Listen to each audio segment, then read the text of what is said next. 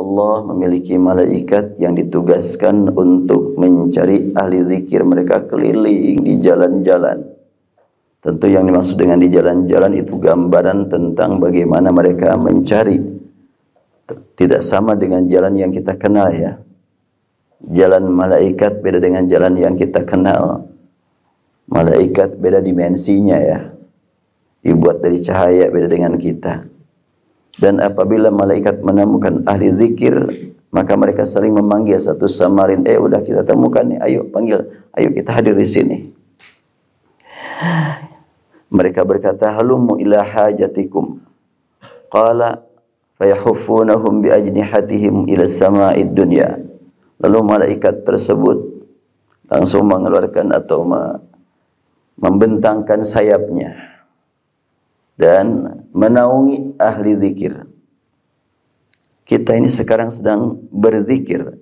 Zikir itu tidak satu makna, banyak makna untuk zikir. Dan Al-Quran adalah zikir. Inna nahna zanna dzikra wa inna lahu lahafizun. Wa laqad yassarna al-Qur'ana lidzikri fahal min muddakir. Kita ingin menjadi muddakir.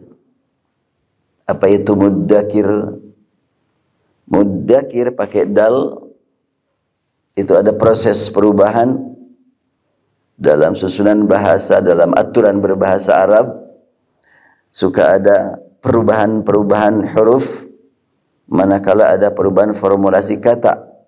Dari dzakara, zal, masuk kepada wazan ifta'ala, jadi iztakara. Ya, ingat nih ya. Zakara, iztakara, seperti ijtama'a. Kemudian karena huruf pertama yang disebut dengan fa, fi'il adalah huruf zal, maka huruf tambahan ta itu berubah menjadi dal. Izdakara. Seperti zada masuk kepada wazan ifta'ala jadi izdada, izdadu ya. Nah, demikian juga zakara menjadi izdakara. Setelahnya dal dengan dal terasa ada kesulitan buat sebahagian, maka diidghamkan dal kepada huruf dal jadi iddakara. Ya. Asalnya zakara masuk kepada wazan ifta'ala jadi idtakara, dalnya taknya berubah menjadi dal jadi idzakara. Setelahnya idzakara maka dal diidghamkan kepada dal menjadi iddakara. Iddakara fi'il madhi, fi'il mudhari'nya yaddakiru, masdarnya iddikar, isim fa'ilnya muddakir. Ya. Ingat tinggal nih. Sekarang ingatnya, yaitu besok. Jadi zakara, idtakara, iddakara, diidghamkan jadi iddakara. Yaddakiru, iddikar, muddakir. Jadi muddakir pakai dal itu adalah ada zal di dalamnya. Nah, kita berjuang harus menjadi muddakir. Tidak sekedar menjadi zakir tapi muddakir. Proses dari zakar menjadi muddakir menggambarkan ada perjuangan untuk menjadi orang yang zikirnya berkualitas. Terbukti tingkatan orang yang berzikir sangat begitu banyak. Ketika ada orang yang sehari-hari membaca tasbih, tahmid, takbir, ngerti enggak? Saya enggak ngerti. Cuma kata orang itu zikir, zikir aja bagus. Minimal dia menjaga lisan dari ungkapan yang tidak berguna. Dengan niat ingin menjaga, Allah mencatat dia sebagai orang yang sedang berjuang untuk menjadi ahli zikir. Hanya tentunya jangan sampai mengganggu yang lain zikirnya. Antara lain, ini mengganggu ya. Saya beberapa kali ngisi pengajian seperti ini. Di depan ada orang yang paling dekat duduk kepada saya. Dia sambil megang alat tasbih, terus muter-muter. Bibirnya terus bergerak. Dalam hati saya, ya kalau tidak mau dengar jangan duduk di situ atau mengganggu konsentrasi saya ini. Jadi dia tujuannya baik kan? Tapi dia mana yang lebih baik? Mendengarkan pengajian atau dia di depan penceramah dia membaca yang lain? Itu mengganggu konsentrasi. Belum tentu lebih utama. Tapi tidak bisa kita buruk sangka. Ini orang apa-apaan di sini. Nah, ingin pamer gitu. Enggak begitu. Kita harus baik sangka kepada sesama. Baik sangka lebih baik daripada menduga-duga tanpa bukti kan. Nah, zikir banyak tingkatan. Makanya ada uzkurullaha dzikran katsira. Ada uzkuru nikmatallahi alaikum. Ada lagi seperti yang disebutkan dalam ayat ini, ahli zikir adalah banyak tingkatannya. Yang membaca tasbih, membaca sholawat. Termasuk nih bulan Rabiul Awal ya. Kadang-kadang jadi pertanyaan pihak tertentu. Di beberapa tempat bulan Rabiul Awal itu banyak yang membaca berzanji.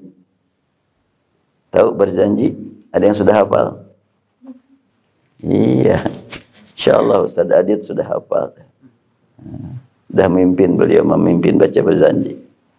Saya juga dulu termasuk yang sering membaca waktu kecil. Sebahagian hafal lah. Abtadiul imla bismillatil aliyah mustadiran faidul barakati dan selanjutnya. Ya betul ya.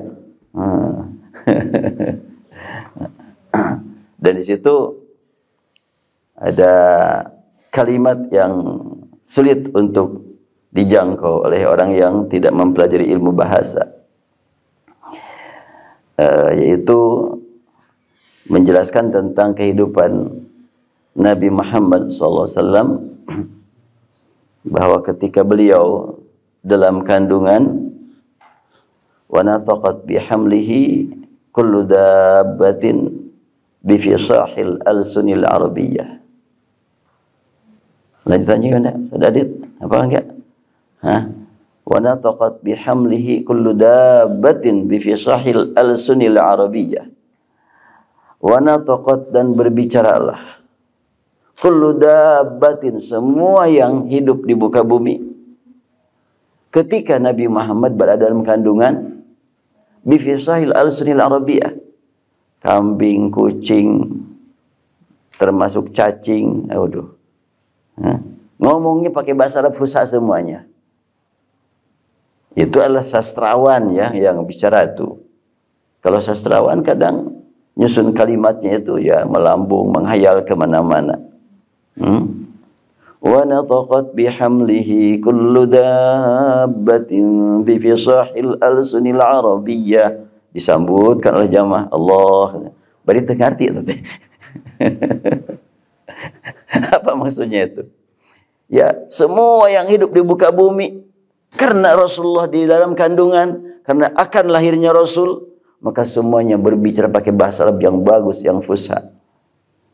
Penulis buku ini hidup 500 tahun setelahnya Rasulullah wafat. Dari mana dia tahu kalau kucing, ayam berbicara pakai bahasa Arab fusha saat Rasulullah dalam kandungan? Dari mana tahu ya? Bohong kali. Dia enggak berniat bohong. Tapi itu niat nyanjung Rasulullah, dan seorang sastrawan kadang-kadang ngomongnya kelewatan kan ya. Dan itu adalah untuk memperindah saja sudah. Dalam bahasa kita juga kadang-kadang suka ada kalimat-kalimat yang di luar jangkauan akal. Umpamanya kan awan berselimut, bulan berselimut awan, kapan itu ya kok berselimut? Itu bahasanya adalah bahasa personifikasi atau metafora atau apalah lagi. Saya sudah lupa itu istilah bahasa Indonesia itu. Nah, dalam bahasa Arab lebih hebat dari itu. Nah, berarti kitab Barzanji itu adalah karya sastra. Karya sastra menyanjung Rasulullah SAW, yang tentunya apabila diresapi yang namanya sastra, tentu hanya dapat dinikmati oleh orang yang ahli bahasa. Yang kurang ahli bahasa, Ya mereka niat untuk menghadiri acara peringatan Nabi, kelahiran Nabi, maka niatnya Allah mencatat. Prakteknya ada catatan dari Allah Subhanahu wa taala. Niatnya zikir, insya Allah termasuk yang yatufuna malaikatu yahufuna. Semoga Allah Subhanahu wa taala mengizinkan malaikat untuk membentangkan sayapnya dan melindungi mereka. Jadi kita mah ya sederhana-sederhana saja. Mereka melakukan hal itu tujuannya untuk mencintai Rasulullah. Benar apa tidak, ukuran benar dan tidak secara hukum berbeda-beda. Tapi ukuran niat hanya Allah yang Maha tahu. Ya. Allah Subhanahu wa taala tidak akan menyanyiakan niat seseorang untuk beribadah. Qala fayahuffuna bi ajnihatihim ila as-sama'id dunya fayas'aluhum rabbuhum wa huwa a'lamu minhum ma yaqulu ibadi. Malaikat membentangkan sayapnya sampai sayapnya itu mencapai langit. Ini kan malaikat ya. Diciptakannya juga dari cahaya. Dan kalau malaikat itu suka terbang, karena disebutkan pakai sayap.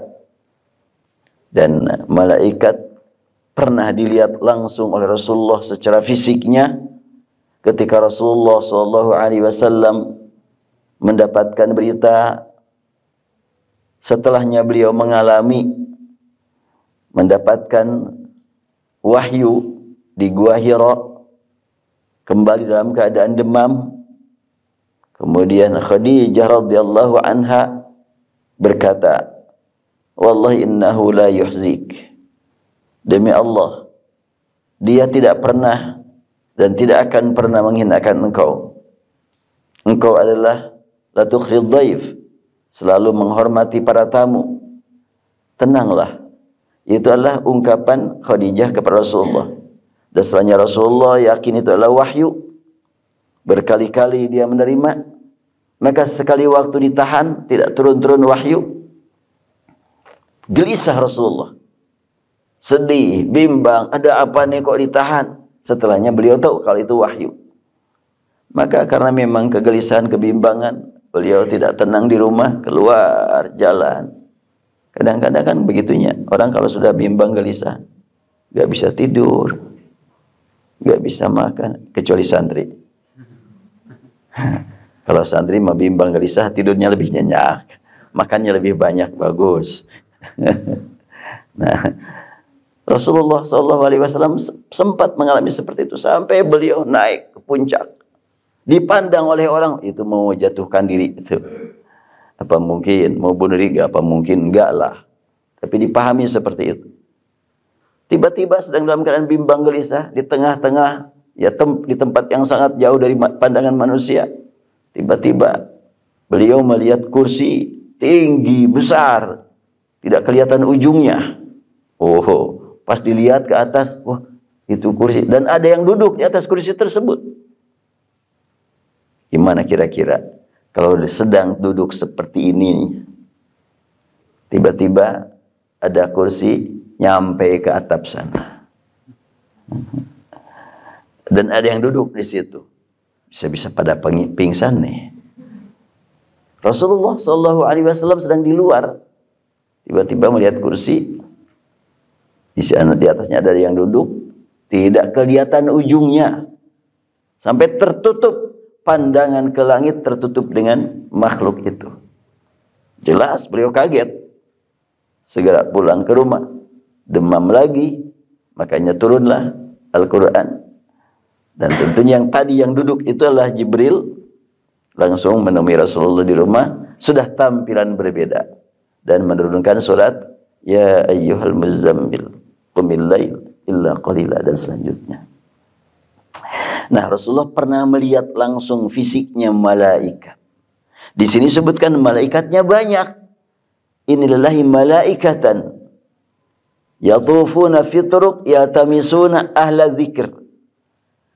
Rasulullah SAW menegaskan Allah punya malaikat yang sering keliling mencari-cari ahli zikir, dan manakala menemukannya maka satu malaikat dengan malaikat yang lain saling memberitahu, di sini ada, ayo ke sini ke sini.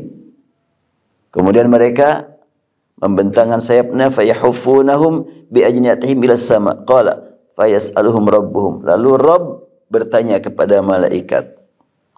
Dan Allah bertanya kepada malaikat bukan karena tidak tahu, tetapi ingin memperdengarkan pertanyaan dan jawaban kepada kita. Beda ya, kalau saya bertanya kepada antum karena saya ingin dapat informasi. Atau umpamanya dosen di kampus bertanya kepada mahasiswa karena dosen ingin tahu sejauh mana pengetahuan mahasiswa. Enggak tahu soalnya. Bukan tidak tahu tentang jawaban pertanyaan, tetapi jawaban dia apa? Artinya ada ketidaktahuan.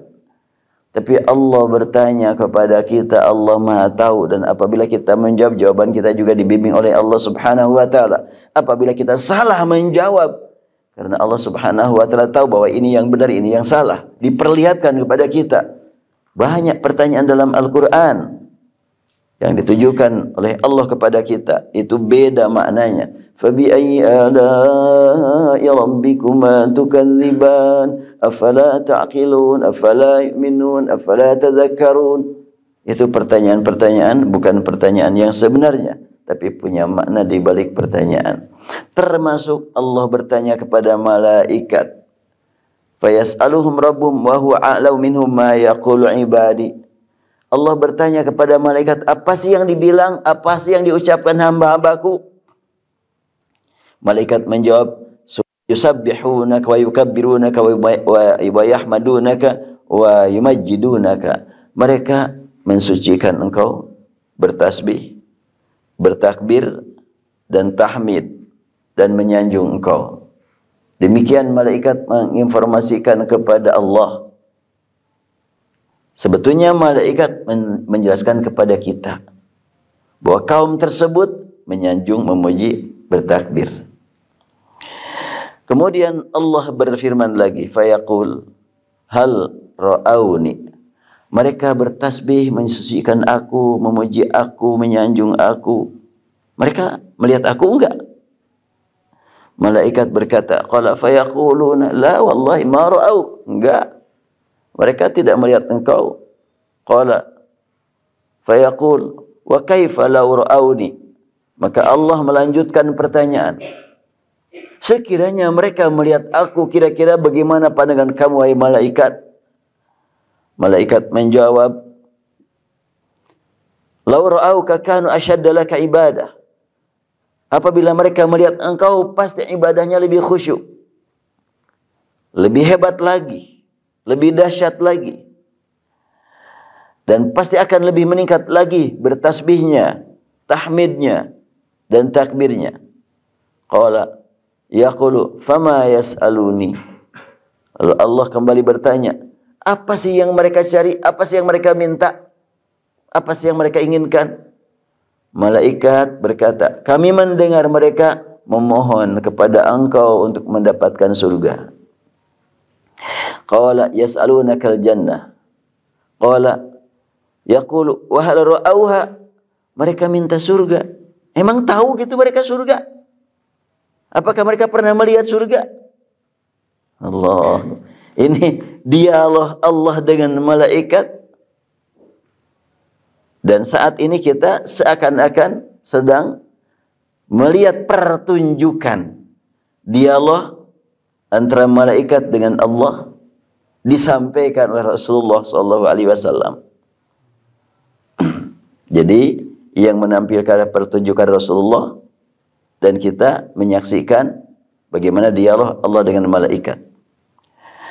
Yaqulu wa hal ra'auha qala yaqulu la wallahi ya Rabb ma ra'auha.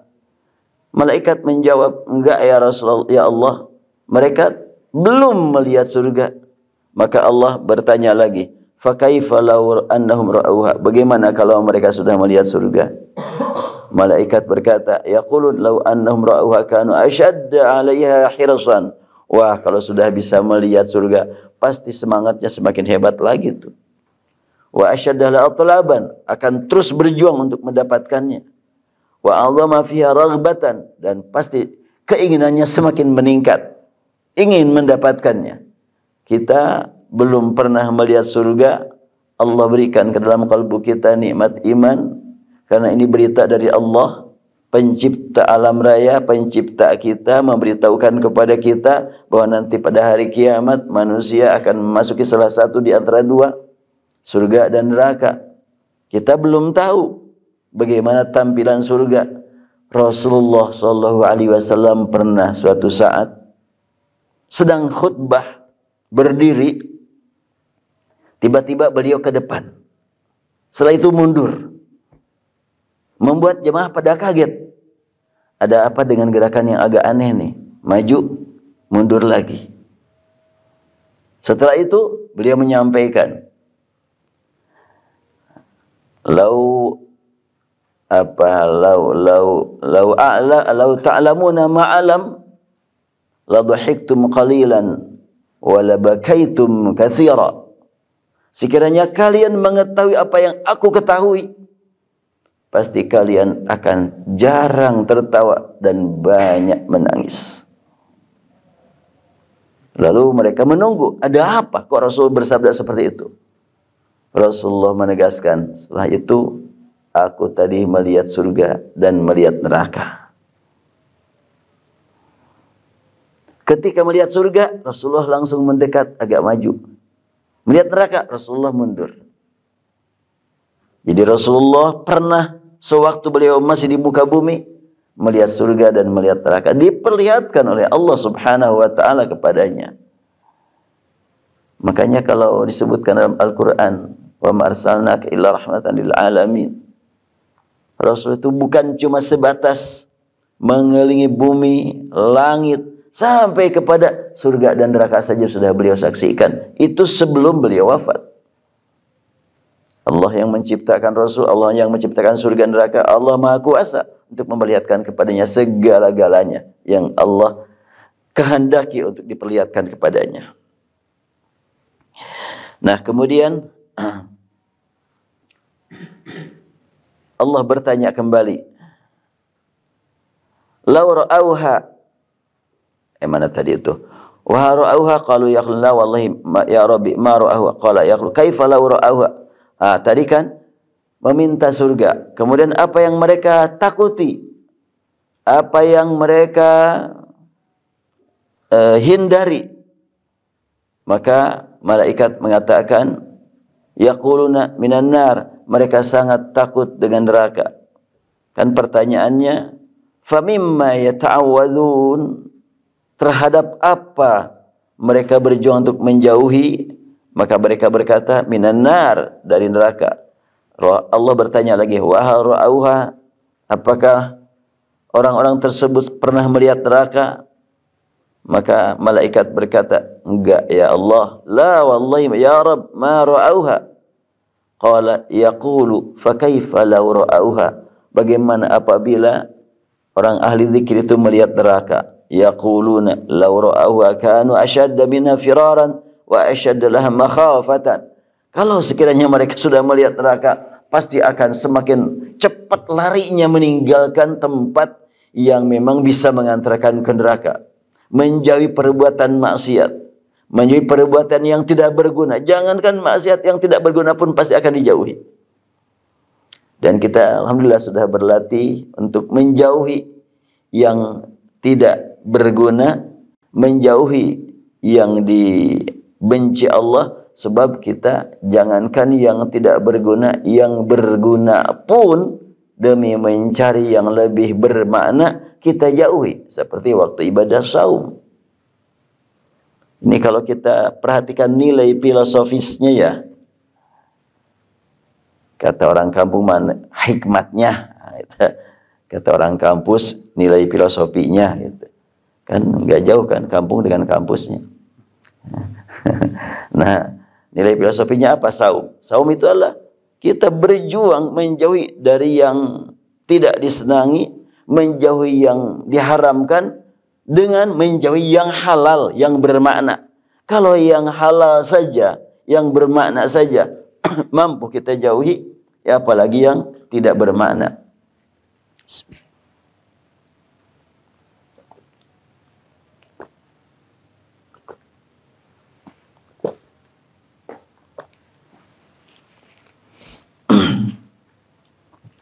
Ya, Allah bertanya kepada malaikat, mimma yata'awwadzun. Mereka ingin berlindung dari apa? Dari neraka. Emang mereka lihat? Enggak ya Allah. Nah, bagaimana kalau mereka melihat neraka? Malaikat berkata, oh kalau mereka sudah tahu neraka pasti akan semakin hebat lagi perjuangan untuk menjauhinya dan meningkatkan rasa takutnya. Qala fayaqul fa ushidukum anni qad ghafartu lahum. Qala yaqulu malak minal malaikah fihim fulanun laysa minhum innama ja'ali hajah. Qala humul julasa la yashqa bihim jalisuhum. Maka Allah berfirman, sampaikan kepada mereka, aku mengampuni dosa-dosa mereka. Lalu satu malaikat, kalau dalam terjemahan baik hadis ataupun Al-Quran, seorang malaikat katanya. Saya tidak mau mengatakan seorang malaikat. Emang malaikat orang? Ya, malakun minal malaikah. Malak itu satu, dua malakan, kalau banyak malaikah. Tapi bahasa kita satu pun malaikatnya, malaikat Jibril gitu. Sebetulnya yang tepat malak Jibril, malak Israfil, bukan malaikah. Dan biasalah dalam bahasa kita satu disebut banyak. Oh ada jamaah tuh tersasat, berapa orang? Satu orang. Yang bukan jamaah kalau satu orang. Tapi nggak masalah lah. Saya dulu waktu sering siaran di radio, ada telepon, saya angkat. Ya, assalamualaikum, siapa? Ya, saya akhwat. Saya dikata, akhwat kok satu orang ya? Atau saya ikhwan satu orang. Padahal akhun minal ikhwan, ukhtun minal akhwat kalau satu orang. Tapi udah biasa di kita. Dan dalam Al-Quran pun ada yang begitu. Tapi kalau dalam Al-Quran pasti punya makna lain. Seperti pemanya, faqad saghat qulubukuma. Ya, surat apa tuh? Sudah pada hafal semuanya juga. Cuma kalau ditanya begitu bingung di mananya gitu. Faqad saghat qulubukuma wa in tadhahara alaihi fa innallaha huwa maulahu wa Jibril wa salihul mu'minin. Baru ingatnya. Surat apa? At-Tahrim ya. Faqad saghat qulubukuma. Kamu berdua. Qalbu kamu mendengar, tapi qulub tidak qalbakuma. Kalau dua orang qalbun, satu orang qalbun, dua qalbani. Kalau kuma qalbakuma, tapi faqad saghat qulubukuma. Ada dalam Al-Qur'an juga dua untuk banyak untuk dua. Tentu banyak punya makna tambahan kalau dalam Al-Quran yang begitu tuh. Baik, malakun minal malaikah berkata, fihim fulanun laisa minhum innama ja'ali hajah. Ya Allah, di antara ahli zikir itu ada seorang yang hadir di situ tidak ikut zikir ya, cuma tinggal di situ untuk keperluan lain. Bagaimana jawaban dari Allah Subhanahu wa taala? Dia tidak membahayakan dan dia tidak akan celaka.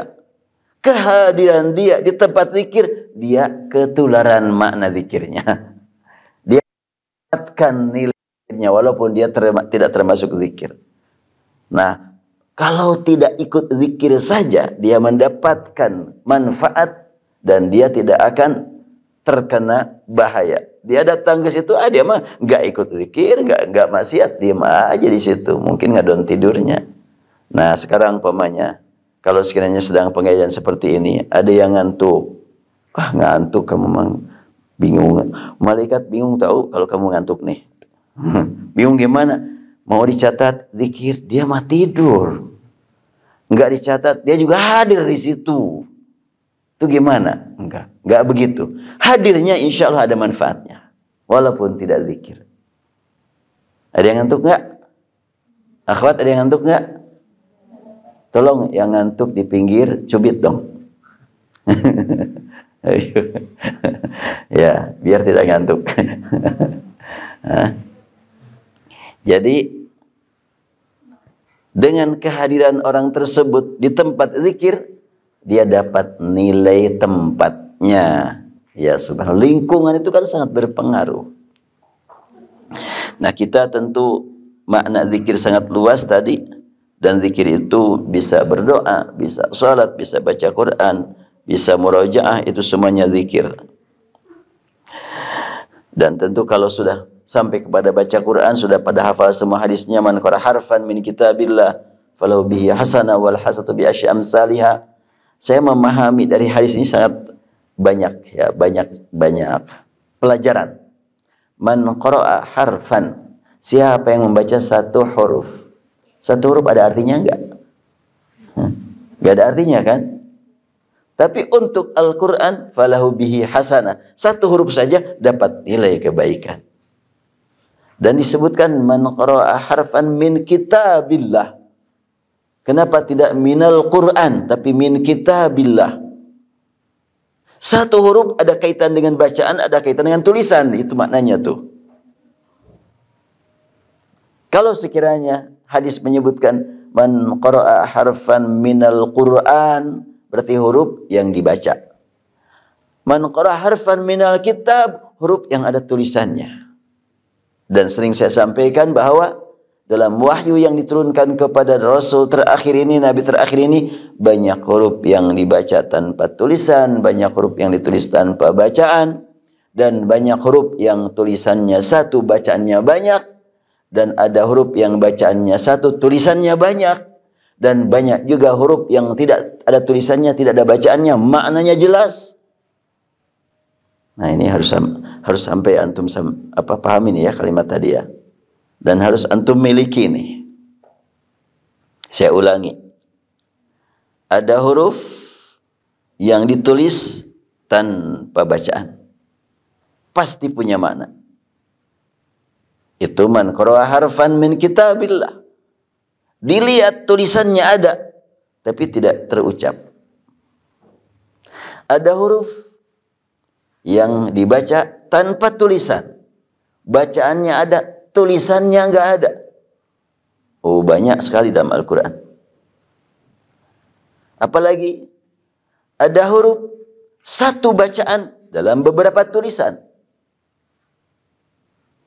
Silakan cari ya. Ada huruf yang satu tulisan beberapa bacaan. Huruf satu tulisan beberapa bacaan. Huruf satu bacaan beberapa tulisan.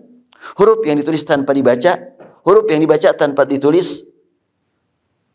Pusing enggak? Dan banyak juga huruf yang bacaannya enggak ada, tulisannya enggak ada, tapi maknanya jelas. Jelas buat siapa? Buat orang yang belajar lebih luas. Belajar nahwu, belajar sharaf, belajar ilmu balaghah, dapat mengetahui sekian banyak huruf yang dalam wahyu ini tulisannya enggak ada, bacaannya enggak ada, tapi maknanya pasti. Ya, ini perlu saya tulis soalnya yang begini-gini tuh. Tapi bayangan sajalah, bayangan dulunya. Dalam surat Al-Qadar kita temukan tanazzalul malaikatu warruhu fiha tanazzalu. Tanazzalu fi'il madinya apa? Tanazzalu madi apa mudhari'? Ya pasti mudhari' karena ada lu. Dibaca dhammah. Fi'il madi enggak ada. Dibaca dhammah. Kecuali kalau ada wawu. Untuk banyak ini tanazzalu, enggak ada wawunya. Itu fi'il madhi. Apa mudhari'? Tanazzalu fi'il mudhari'. Madinya apa? Tanazzala. Coba tanazzala fi'il madhi. Mudhari'nya? Ya tanazzalu. Kalau tanazzalu kenapa tuh? Tanazzala yatanazzalu huwa yatanazzalu huma yatanazzalani hum yatanazzaluna hiya tatanazzalu al malaikah termasuk hiya tatanazzalu. Kalau tatanazzalul malaikatu warruhu fiha, mudah. Tapi ini tanazzalu. Berarti ada huruf ta yang tidak ditulis dan juga tidak dibaca. Kalau bahasa orang itu tatanazzalu, bahasa Quran tanazzalu. Sebahagian ahli bahasa mengatakan ada huruf yang tidak dimasukkan, bahkan istilah yang lebih apa ya, yang lebih kasar lagi. Kok kasar? Hadfu, hudhifatit ta, taknya dibuang. Kok dibuang? Berani-beraninya huruf dari Al-Quran dibuang? Bukan, tapi tidak dimunculkan dari sejak awal. Untuk Al-Quran semuanya asli.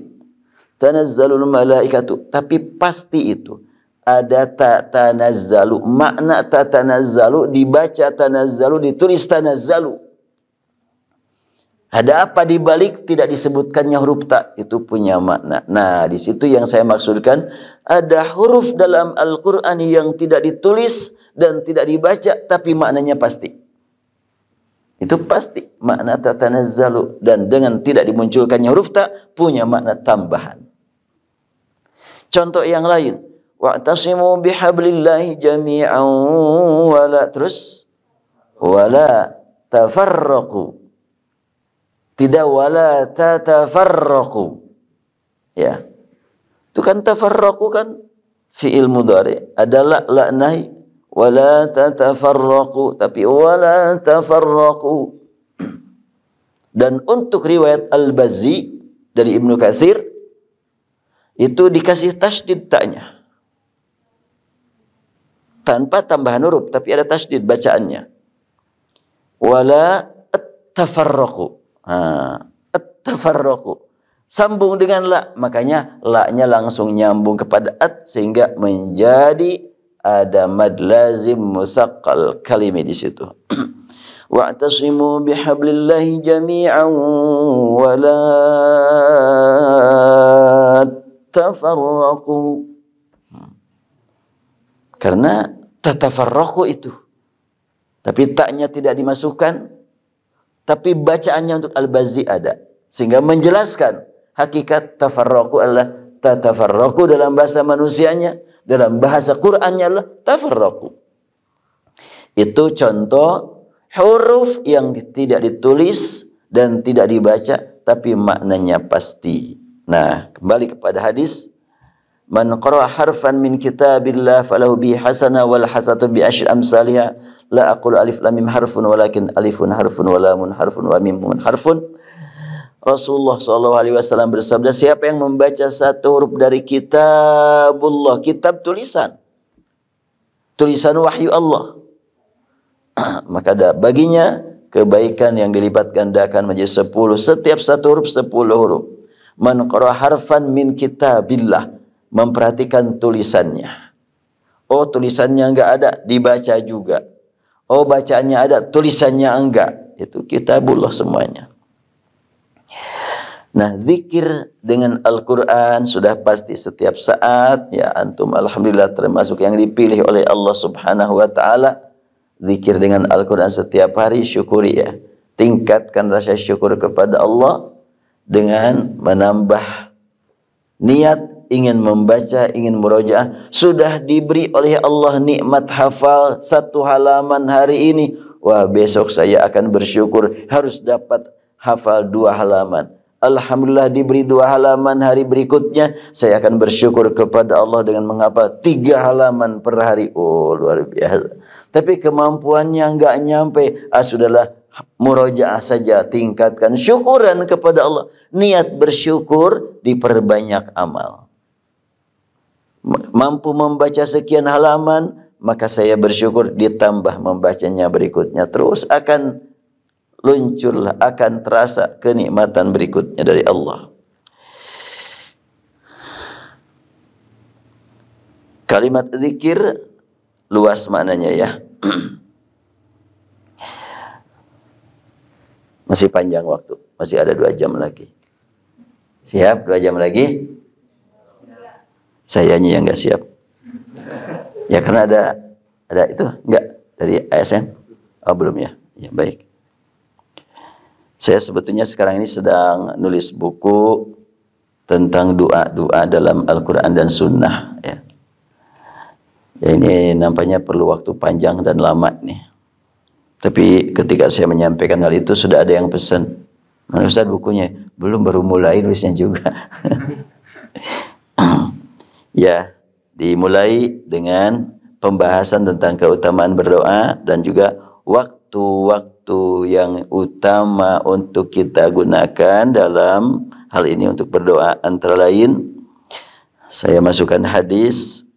Waktu yang paling utama untuk berdoa adalah Rasul bersabda, "La yuraddu du'a bainal adzan wal iqamah." Tidak akan ditolak doa yang diungkapkan, yang disampaikan pada saat antara azan menuju iqamah. Setiap waktu ya, hendaklah kita manfaatkan. Habis azan silahkan berdoa. Sahabat pernah bertanya kepada Rasulullah, apa doanya yang lebih tepat untuk diungkapkan saat selesai mendengarkan azan menjelang iqamah? Rasul bersabda, "Ya mohon afiyah fi dunya wal akhirah." Jadi as'alullah al-afwa wal afiyah wal ma'afat ad-daimata fi dunya wal akhirah. Itu antara lain doa yang biasa diungkapkan oleh para ahli, para ulama menjelang iqamah. Setiap. Namun beberapa masjid tidak memberikan kesempatannya. Untuk asar, untuk maghrib, untuk isya, habis azan langsung iqamah. Padahal di situ ada waktu yang sangat utama digunakan untuk berdoa. Dan berdoa yang lebih utama lagi adalah saat melaksanakan sholat. Yang lebih utamanya lagi adalah saat melaksanakan sujud.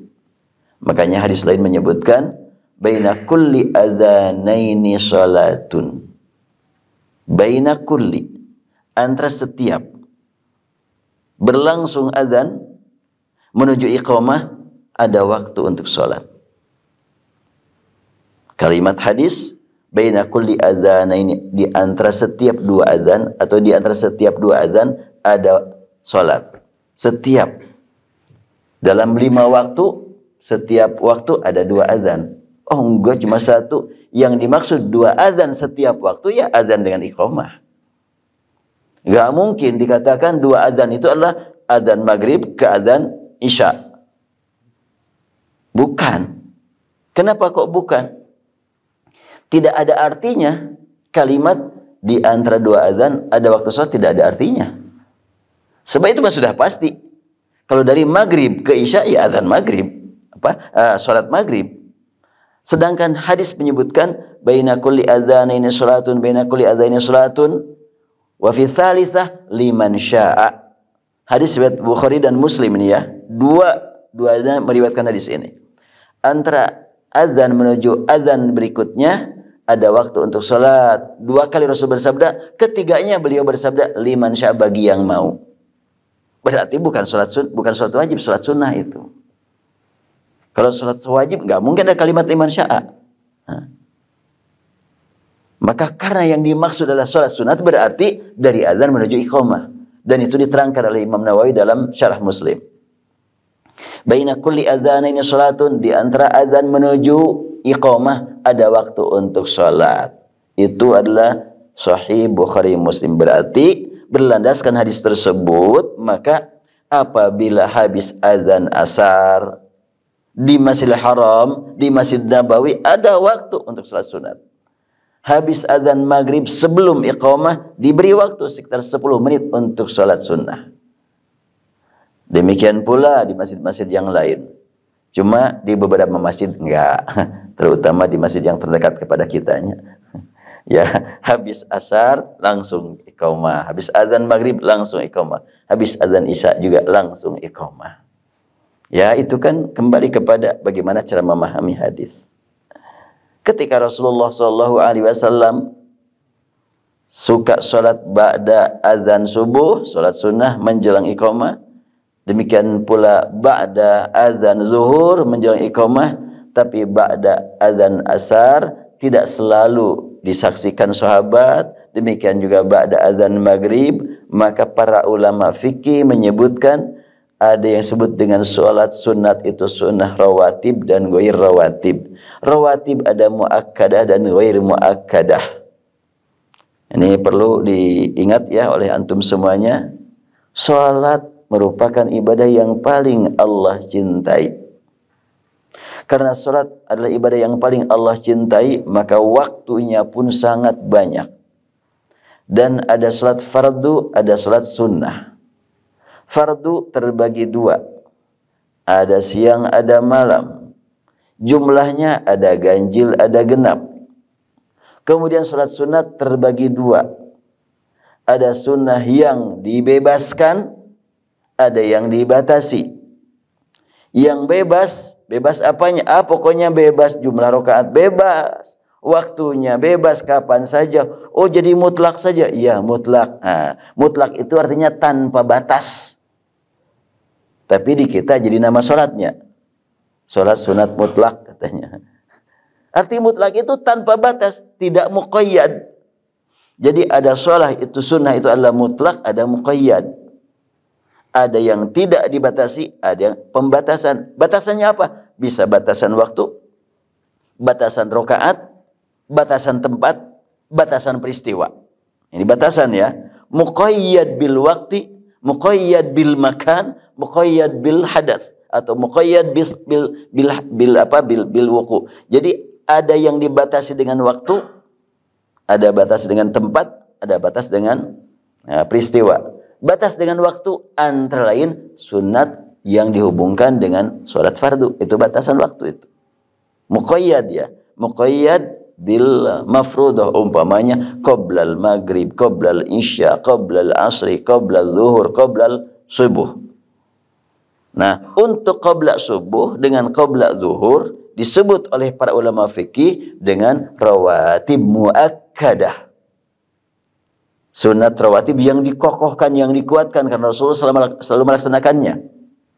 Apalagi yang rawatib muakkadah, ba'da zuhur, ba'dal maghrib, ba'da isya. Itu muakkadah. Yang tidak muakkadah adalah qoblal asri, qoblal maghrib, qoblal isya. Tidak muakkadah, sehingga muncul istilah rawatib ghair muakkadah. Rasul menegaskan, sallu qoblal maghrib, sallu qoblal maghrib. Ketiganya liman sya'a. Kemudian untuk asar, Rasul menegaskan, man shalla qoblal asri arba'a raka'atin.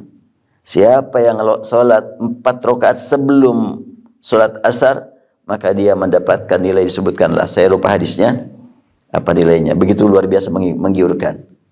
Nah, berlandaskan hadis yang tadi, baina kulli adzanaini salatun, antara setiap 2 azan ada waktu untuk salat.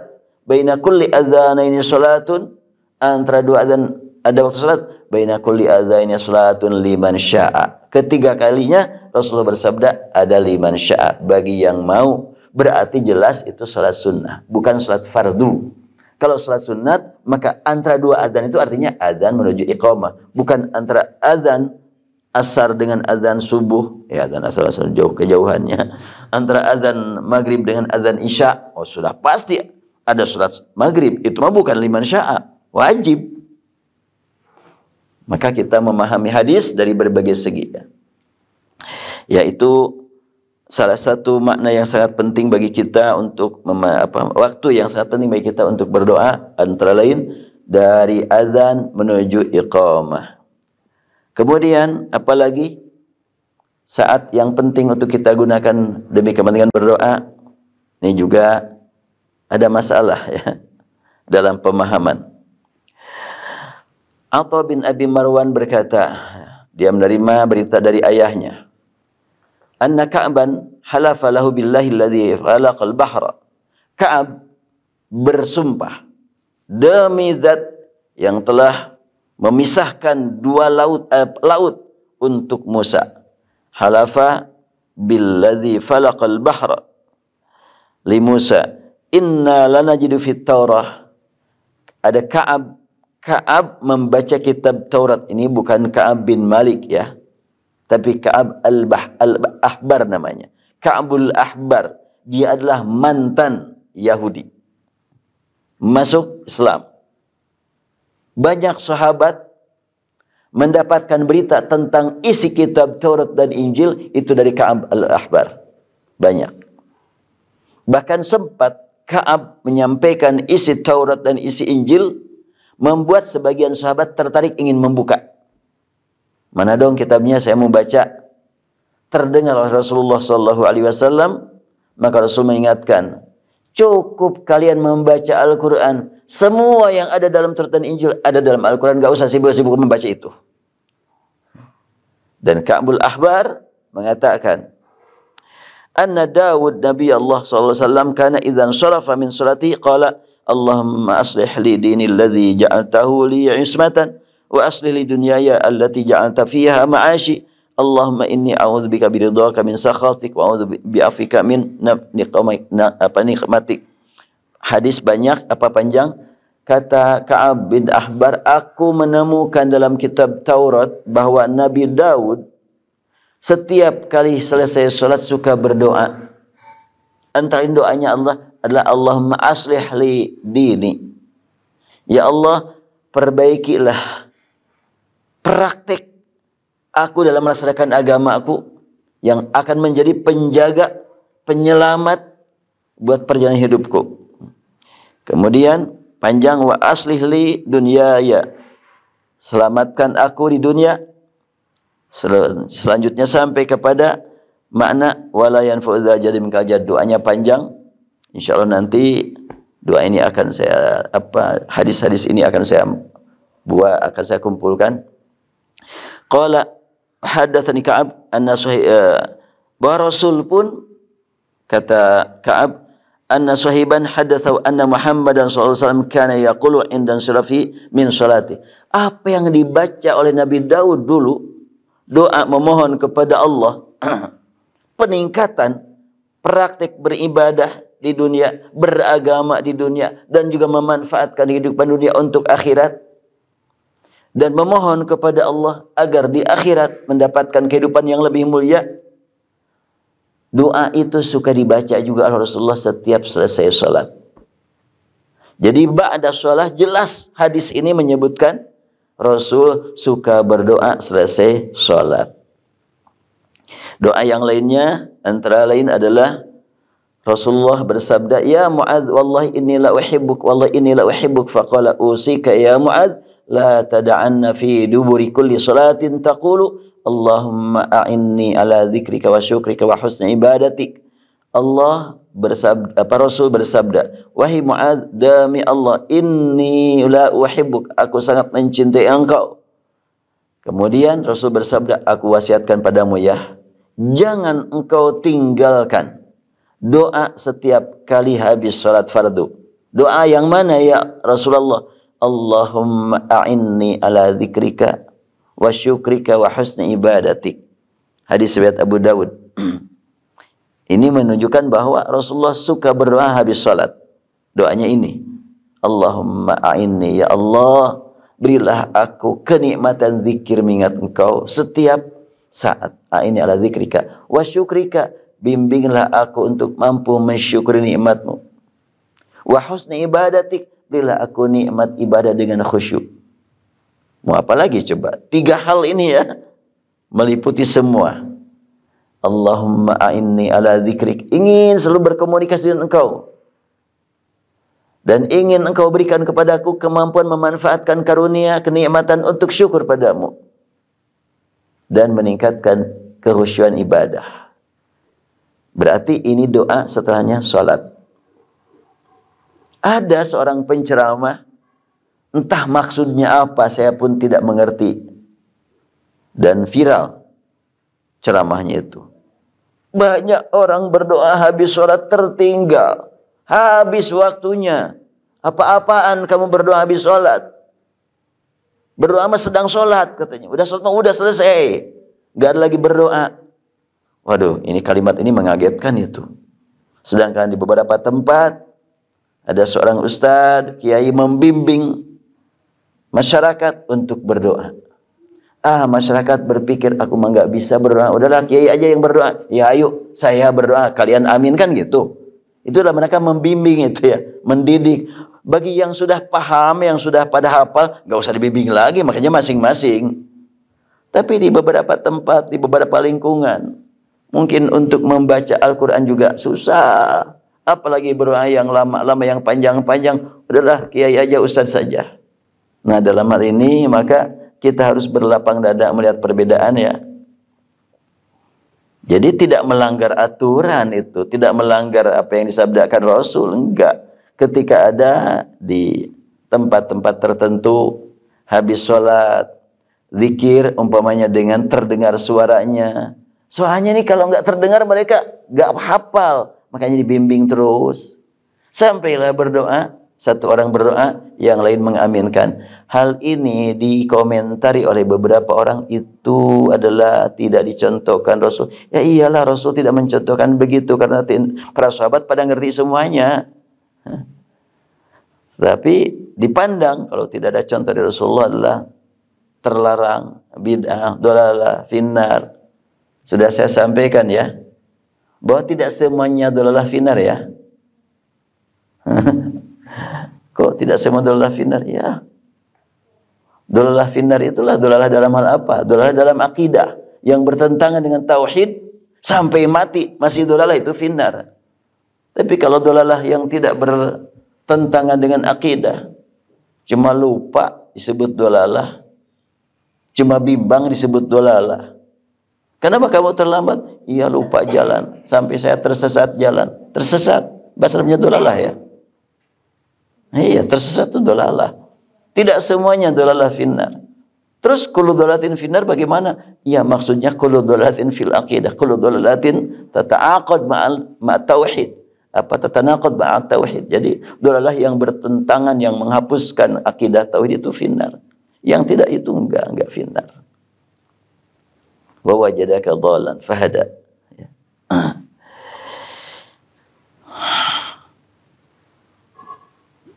Apalagi yang sangat penting bagi kita untuk kita manfaatkan, banyak berdoa. Dari Uqbah bin Amir, amarani Rasulullah sallallahu alaihi wasallam an aqra'a bil mu'awwadzat dubura kulli shalah. Juga Rasulullah mengajarkan kepadaku, habis salat hendaklah banyak memohon perlindungan. Tadi kan malaikah ditanya oleh Allah, famimma yata'awwadzun, dari apa mereka berlindung? Supaya dijauhkan dari apa? Minan nar. Itu jelas hadis riwayat Bukhari tadi. Fama yas'aluni wa mimma yata'awwadzun. Mereka minta apa? Mereka takut apa? Malaikat menjawab, mereka takut neraka. Nah, antara lain doa yang diajarkan Rasulullah disebutkan dalam hadis riwayat An-Nasa'i, inna Rasulullah SAW kana yata'awwadhu bihinna fi duburi kulli salatin. Rasulullah habis salat suka berdoa memohon perlindungan. Allahumma inni a'udzubika minal bukhli wa a'udzubika minal jubni wa a'udzubika min ardzalil umri wa a'udzubika min fitnatid dunya wa adzabil akhirah. Aku mohon perlindungan kepadamu ya Allah dari jiwa pelit kikir. Apalagi pelit, kikir. Jadi berat sekali memberi. Diperhitungkan gitu kalau mau memberi. Kalau minta emang gak ngitung-ngitung. Kalau mau beri diperhitungkan. Ya Allah. Wa a'udzubika minal jubni, dan aku berlindung padamu ya Allah dari jiwa takut, penakut. Lihat gelap takut. Lihat gelap aja takut. Kan ada yang begitu tuh. Apalagi kalau sudah ada yang meninggal, oh takut. Takut sama yang meninggal? Iya. Anehnya. Takut sama yang meninggal kan aneh. Yang meninggal gak bisa berbuat apa-apa kok ditakuti. Nah ini perlu, ini masalah akidah ini ya. Ada orang yang tadi malam meninggal. Meninggalnya gimana? Wah, gantung diri. Wih, takut. Takut. Kamu harus takut kepada su'ul khotimah. Bukan takut sama orang yang meninggal. Dulu waktu saya masih ya belum keluar, masih usia SMP, saya suka ngaji anak-anak. Itu diberitakan tetangga dari saya rumahnya jaraknya sekitar 100 meter, 200 meteran lah. Tapi di kampung kan berjauhan. Cuma terhalang satu rumah. Di situ ada yang meninggal gantung diri. Nah, setelahnya dia meninggal gantung diri, wah ramailah cerita di kampung. Sampai kadang-kadang cerita keluarganya sendiri. Anaknya, istrinya cerita. Tiba-tiba mayat di depan ada gitu. Pada teriak, mereka takut. Padahal itu sudah dikubur kan. Tapi tiba-tiba muncul datang itu. Kadang-kadang pintu dikunci kok terbuka gitu. Wah, rame lah soalnya. Macam-macam. Nah, kemudian saya kan punya murid ngaji Quran. Pada takut mereka. Bagaimana? Saya waktu itu ya berani-berani saja, pada takut juga. Ayo kita keluar yuk, saya bilang. Saya bawa anak-anak, yuk kita keluar. Di mana adanya? Langsung bawa senter. Nggak ada apa-apa kan? Nggak. Ya udah, yuk kita ngaji lagi. Dan ceritanya banyak sekali. Mungkin itu setan memanfaatkan keyakinan ya. Ini hati-hati ya.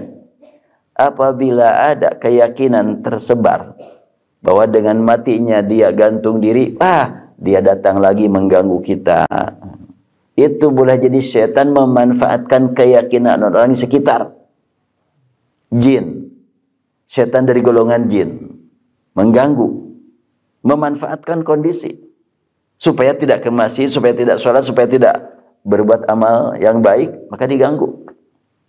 Mungkin saja, betul-betul ada. Karena ini keluarganya yang cerita.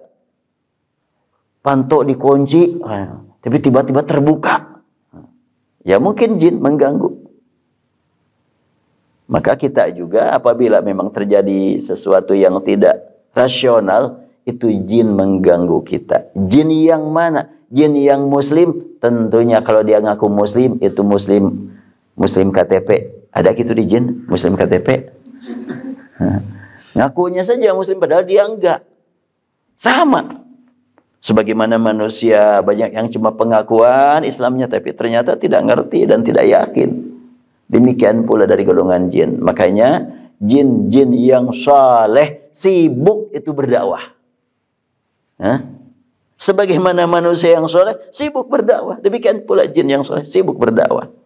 Apabila ada jin yang datang kepada manusia menerangkan tentang Islam, kemudian dia akulah sebagai sahabat.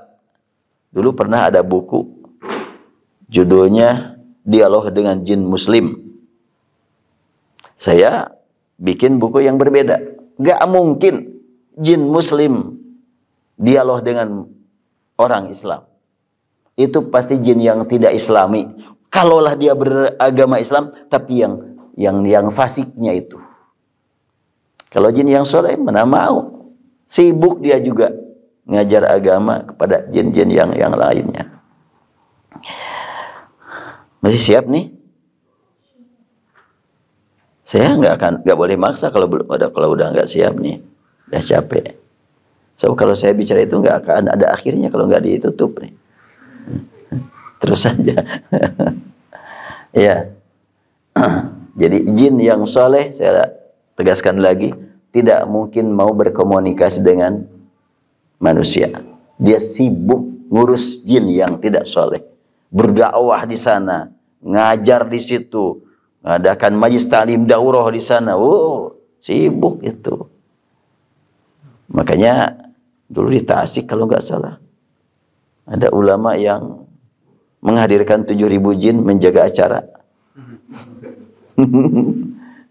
Pernah dengar nggak? Belum pada lahir kali ya. Saya dulu dengar itu di berita. Karena ada acara itu di Tasik, sehingga yang menjaga keamanan acara dihadirkan 7.000 jin. Luar biasa. Ya kita hargailah yang begitu-gitu. Saudara kita kok beriman kepada Al-Quran yang menyebut jin kan gitu ya. tapi pemahamannya memang berbeda. Jadi kalau jin yang soleh pasti tidak akan berinteraksi dengan manusia. Cukup saja dengan Rasulullah. Karena kalau Rasulullah rahmatan lil alamin. Jin termasuk mendapatkan rahmat Allah melalui dakwah Rasulullah. Kalau kita enggak. Kalau Rasul bertugas berdakwah kepada jin. Bagaimana Al-Quran menyebutkan wa id sarafna ilaika, terus lanjutkan. Wa idh sarafna ilaika nafaram minal jinni yastami'una al-Qur'an, terus